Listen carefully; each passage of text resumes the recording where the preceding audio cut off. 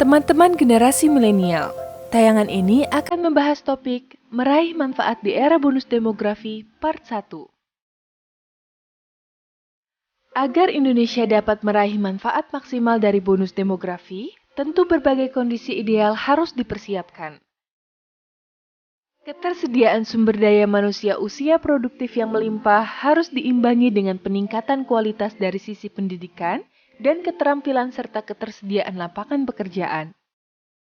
Menyambut periode bonus demografi, pemerintah sudah mencanangkan kebijakan membangun SDM unggul untuk memanfaatkan peluang bonus demografi dan sekaligus menyongsong Indonesia emas pada tahun 2045.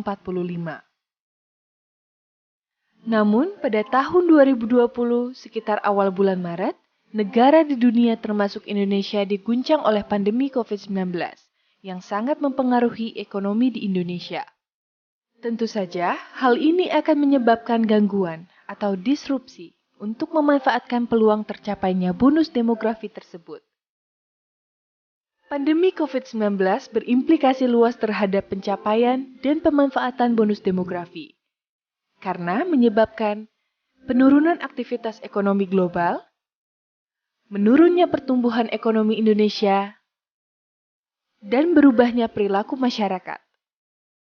Kelompok usia produktif bisa saja terpengaruh dengan kenyataan meningkatnya jumlah pengangguran di Indonesia, baik pengangguran karena banyaknya PHK maupun kembalinya buruh dari luar negeri.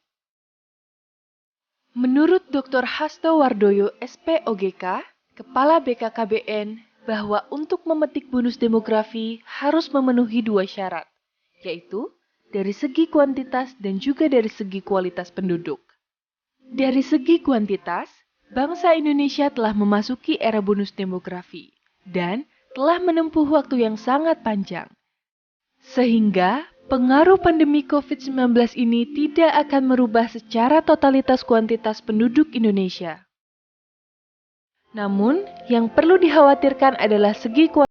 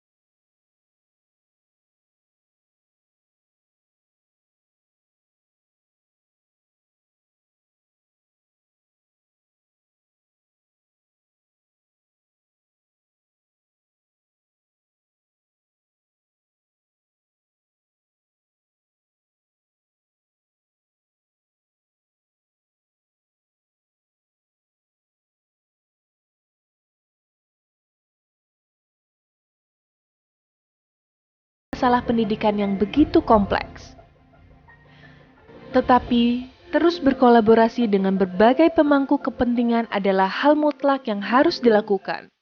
Setidaknya, masih ada waktu 10 tahun lagi untuk membuat sistem pendidikan ini diperbaiki, menuju kualitas pendidikan yang jauh lebih baik.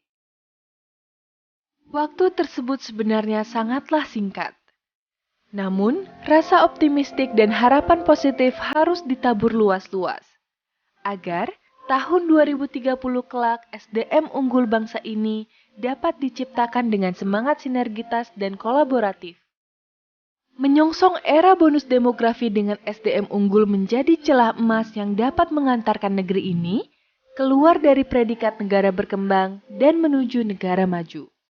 Selain masalah pendidikan, Masalah ketersediaan lapangan kerja juga merupakan prasyarat ideal yang harus dipersiapkan.